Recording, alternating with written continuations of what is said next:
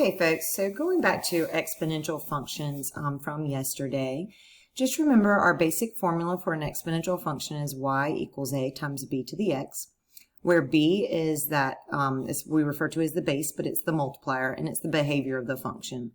It lets us know if our function is going to grow or decay.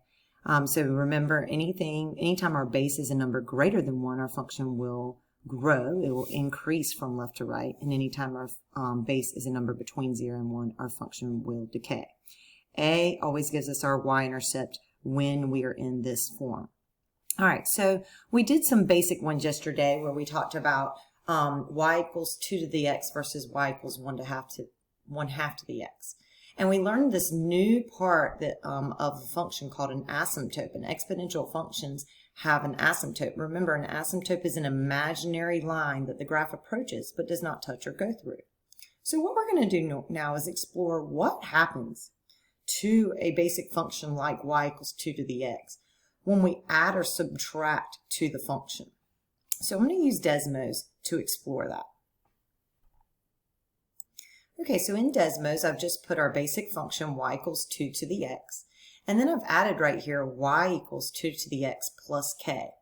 And when you do this, like I was showing you yesterday, it'll say add slider, and I'm going to click that so that I can add this slider. So what's happened right now is it's letting k be 1. So what that means is it would be the function y equals 2 to the x plus 1. What happened to our function when we added 1 to it? Well, guys, if you look at it, instead of the y-intercept being at 1 now, the y-intercept went up 2. Actually, if you check every point on here, where this point right here, you're at 1, 2, this other one, you're at 1, 3. And it's hard for me to get right on there, but you can kind of see what's happening. And it looks like they're getting closer together, just the way that they are. But if you pay attention, every single point here, the blue graph is 1 higher. Like you could take any point on here and it's exactly 1 unit higher. Like come right here, look, it's 1 unit higher. It's 1 unit higher. Let's also focus on this asymptote. For our original function, y equals 2 to the x, the asymptote was at y equals 0. But now the asymptote is at y equals 1. It looks like this graph is actually getting to 1, but if you could zoom in, like magnify it, and I can't zoom in but so much, but you can actually see that it's actually not at 1. It just keeps getting closer and closer and closer to 1, but it actually never gets there. So ultimately, by adding 1 to that function, it shifted the whole graph up 1. Let's see what happens as we change it. What if we make it plus 2 here? Oh my goodness, now the graph shifted up 2. Check these points. Every point you had on the red graph, it's now 2 units higher. Look at your y-intercept. Instead of it being at 1, it's now at 3. It went up 2. Check out the asymptote. The asymptote is now at y equals 2 instead of y equals 0. And let's keep playing with that and see what happens. What if we make it, 4? Check it out. That asymptote is now at 4. Every point that we had on our original graph is now 4 units higher. What if we make it negative? What if we subtract 3? Notice the asymptote is now at y equals negative 3. So ultimately, what happens if you add or subtract a number to a function, it moves that function up or down that many units. So instead of it plateauing on the x-axis, the asymptote will move, and it's like it just picks up the whole function and shifts it up that many units, or picks up the whole function and shifts it down that many units. And I just picked y equals 2 to the x because it was basic, but we could have done it with anything. We could have had this be a decay function where it was y equals 0.5 to the x. And then I would just change it here, y equals 0.5 to the x. It doesn't matter what the original function was. What matters is that regardless, it picks it up and it moves it up and down. All right, let's explore what happens when we still have our basic form. So I'm going to go back to y equals 2 to the x.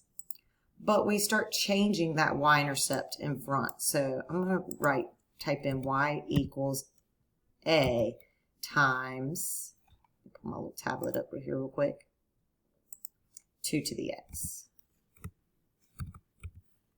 And I'm going to add that slider. Okay, so watch what happens as we increase a, folks. Well, obviously the y-intercept's changing, but it does not change the asymptote in this case. The asymptote does not change because you're not adding and subtracting to the function. So adding and subtracting to the function moves the function up and down. But when you multiply in front of the function by a different number, it's now going to be whatever you had times that number. So for example, if my original function is just y equals 2 to the x, and now I graph y equals 3 times 2 to the x, every value that I had on this original function, this new function is now going to be 3 times that. So where I was at 1, I'm now at 3. Here I'm at a height of 2, the new one's at a height of 6. Here I'm at a height of 4, so my new graph is at a height of 12. Every point I did have on there, it's now 3 times that value. And it also changes that y-intercept. Watch what happens if we multiply it by a negative number. It flips it over. Because every value you did have on there, it's now makes it negative. So for example, if all I did was multiply it by -1, look, it's like a perfect reflection over the x-axis because every value that was positive now becomes negative. But if I multiply it by -2, it all flips it over, but it also doubles all those values. So this is something just to kind of play with, to figure out your asymptotes and figure out what happens to your function when you multiply the function or you add to the function. Something else we can do, let's go back to that basic formula real quick. Y equals A times, well, let's just do y equals b to the x real quick and add this slider. So remember, b can't be 1 or it won't be an exponential function, but look what happens as you increase the base. There's a base of 2 versus a base of 3 and so on and so on. The larger the base is, the further that base is from 1. As you increase it from 1, the faster that exponential function is going to grow in the long run. Whereas if we go to a base between 0 and 1, and remember we fixed this yesterday, let's make this 0.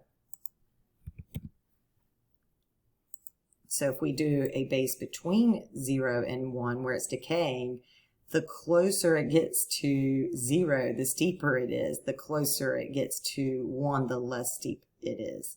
So you can kind of just play with that.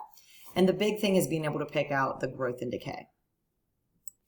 So if we were actually in class together, we would do this Desmos card sort activity, which is really cool, where you would be able to move graphs and match them up with the right asymptotes and whether they were growth or decay, domain, range, all that. But since we're not in class, we're going to kind of just go through this little quiz thing together that I would have normally given a couple of days later. All right, and what I want to do right now is instead of trying to match the function, I want to just go through and talk about the key features of each function. So the key feature, the first thing that you want to recognize about A is that it's a growth. So just going through them, that's really important because if it's an increasing function, we know that the base has to be a number greater than 1. If it's a decreasing function, we know that the base is going to be a number between 0 and 1. So this one would be a growth. This would be a growth.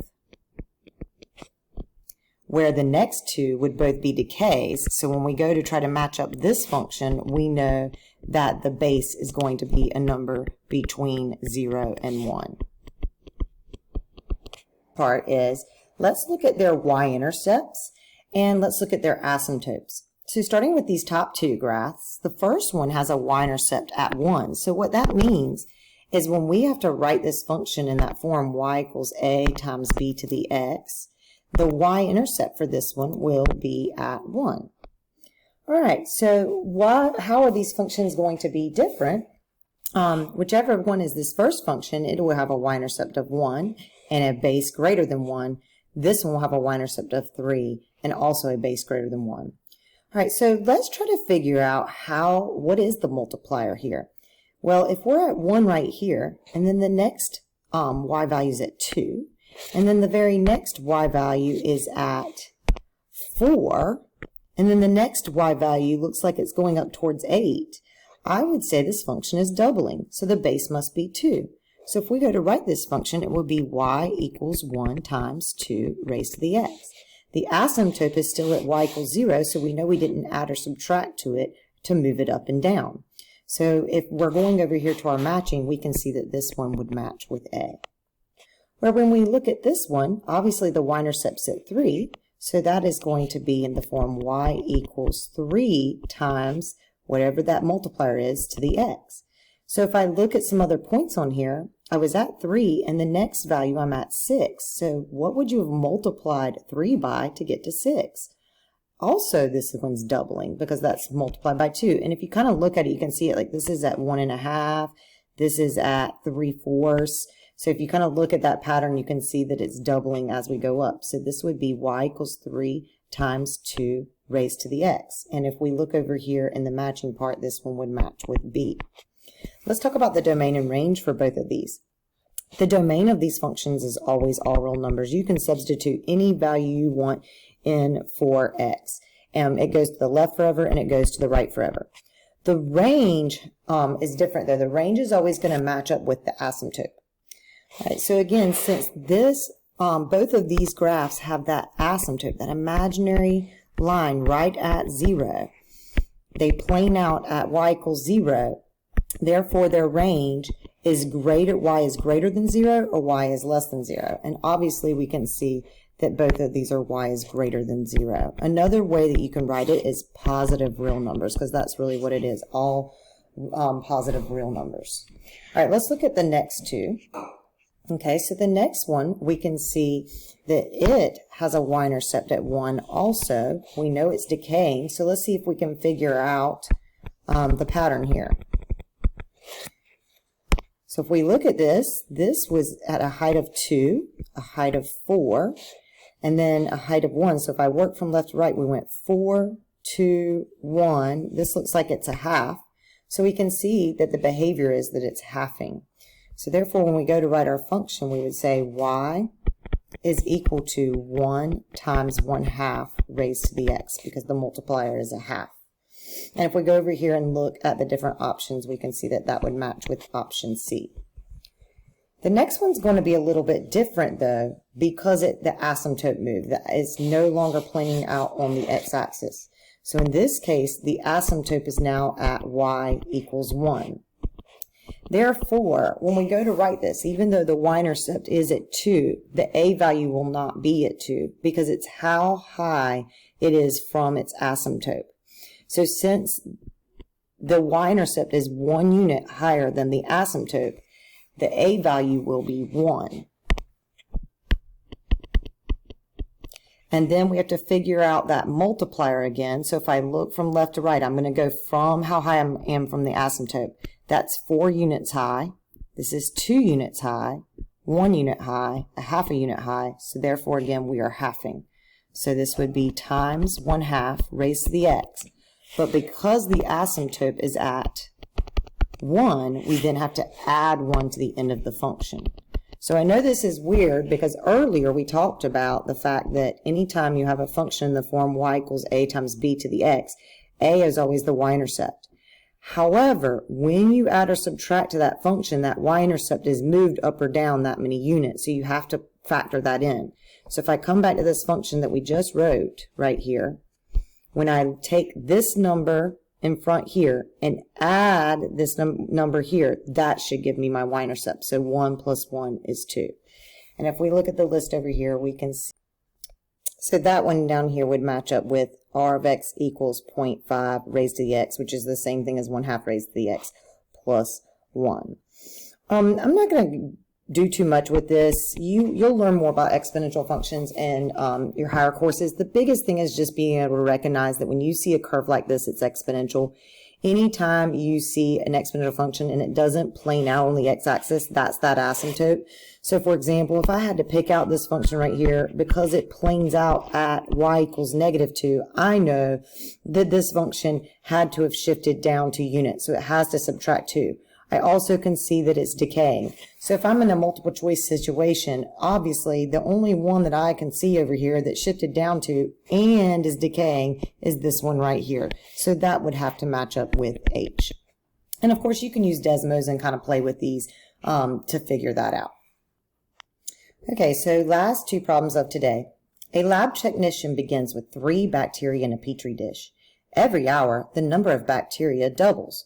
Write a function that represents this situation, where x is our hours and b of x represents the number of bacteria. All right, so guys, when you go to write these functions, don't worry about asymptotes. All you've got to do is be able to pick out what is my initial value and what is my multiplier. So if we look right here, we can see that it begins with 3 bacteria. That's that initial value we're talking about. So when we go to write our function in the form y equals a times b to the x, that is going to be our a.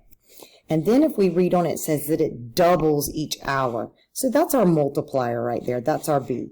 So when we put this together, our function would be b of x, which is the same thing as y, equals 3 times 2 to the x.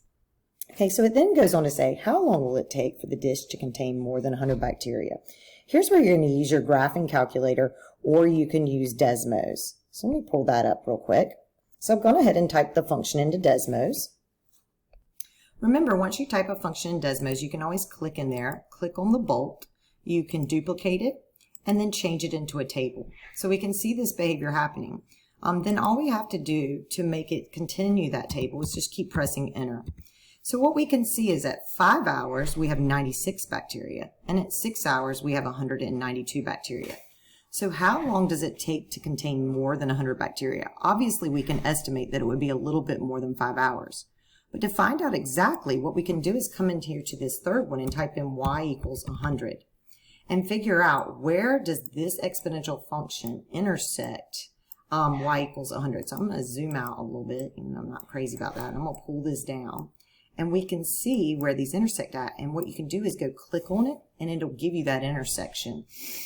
So we can see that at around 5.059 hours, there were 100 bacteria in the Petri dish. All right, so to answer this question, we'd say there is about 5.1 hours. For the next part, it says a scientist has 100 grams of a radioactive substance. Half of it decays every hour. Write a function that represents this situation. All right, so again, folks, we're going to go back to that basic formula, y equals a times b to the x, where a is our initial value and b is our multiplier. So initially, he has 100 grams of the radioactive substance, and half of it decays every hour. So we would say that's 100 times 1/2 raised to the x power. How long does it take for 25 grams to remain? So one thing you could do, since in this case, it's another how long question, you could use your graphing calculator, or we can use Desmos. So let's go back to Desmos. Okay, so I've typed this function into Desmos, but I really can't see the whole thing. You can either zoom in or zoom out, or what I'm going to do is come over here and click on our wrench. And I'm just going to fix this so I can see what I want to see. I still want to see a little bit of buffer on my y-axis, so I'm going to make that -10. But I know my initial value is at 100, so I want to go maybe to like 110, and then I could make my step 10. And just that way I can kind of really see that full decaying exponential function there. And the question was, how long would it take for 25 bacteria to remain? So, or 25 grams to remain. I'm sorry, this one's about radioactive substance, not bacteria. So I'm going to do the same thing I did last time, y equals 25. And we pop that in there, and we can see right here that these intersect at 225. So we would know it would take about 2 hours.